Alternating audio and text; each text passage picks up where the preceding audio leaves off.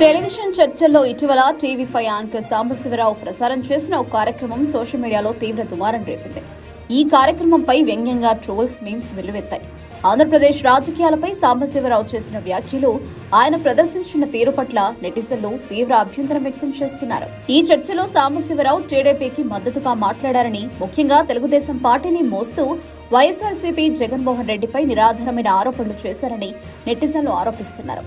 నీలి మీడియా అంటూ వైఎస్ఆర్సీపీ సోషల్ మీడియాపై ఆయన చేసిన కామెంట్లు కూడా విమర్శలకు దారితీశాయి. వైఎస్ఆర్సీపీని దాని నాయకులను టార్గెట్ చేసేందుకు ఆయన అనుచిత భాష వాడారని నెటిజన్లు అభిప్రాయపడుతున్నారు. ముఖ్యంగా ఢిల్లీ లిక్కర్ స్కామ్ కు సంబంధించి దాచిపెట్టిన డబ్బుల వీడియోల గురించి సాంబశివరావు చేసిన వ్యాఖ్యలు వివాదాస్పదమయ్యాయి.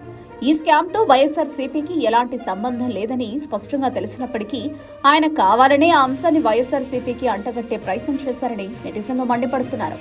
దీనిపై సోషల్ మీడియాలో టీవీ5 సాంబశివరావు రచ్చ అంటూ ట్రోల్స్, మీమ్స్ విస్తృతంగా ప్రచారంలో ఉన్నాయి. జాతీయ మీడియాలో వచ్చిన కథనాలను ఉటంకిస్తూ, వాస్తవాలను తప్పుగా చూపిస్తూ సాంబశివరావు ఒక పక్షానికి అనుకూలంగా మరో పక్షానికి వ్యతిరేకంగా వ్యవహరిస్తున్నారని ప్రజలు విమర్శిస్తున్నారు. ఒక టీవీ యాంకర్ గా ఆయన నిష్పాక్షికంగా వ్యవహరించాల్సిన అవసరం ఉందని, కానీ ఈ చర్చలో ఆయన ఆ నియమాలను ఉల్లంఘించారని పలువురు ఆరోపిస్తున్నారు. మరి దీనిపై మీ అభిప్రాయం ఏమిటి? కామెంట్ రూపంలో తెలియజేయండి.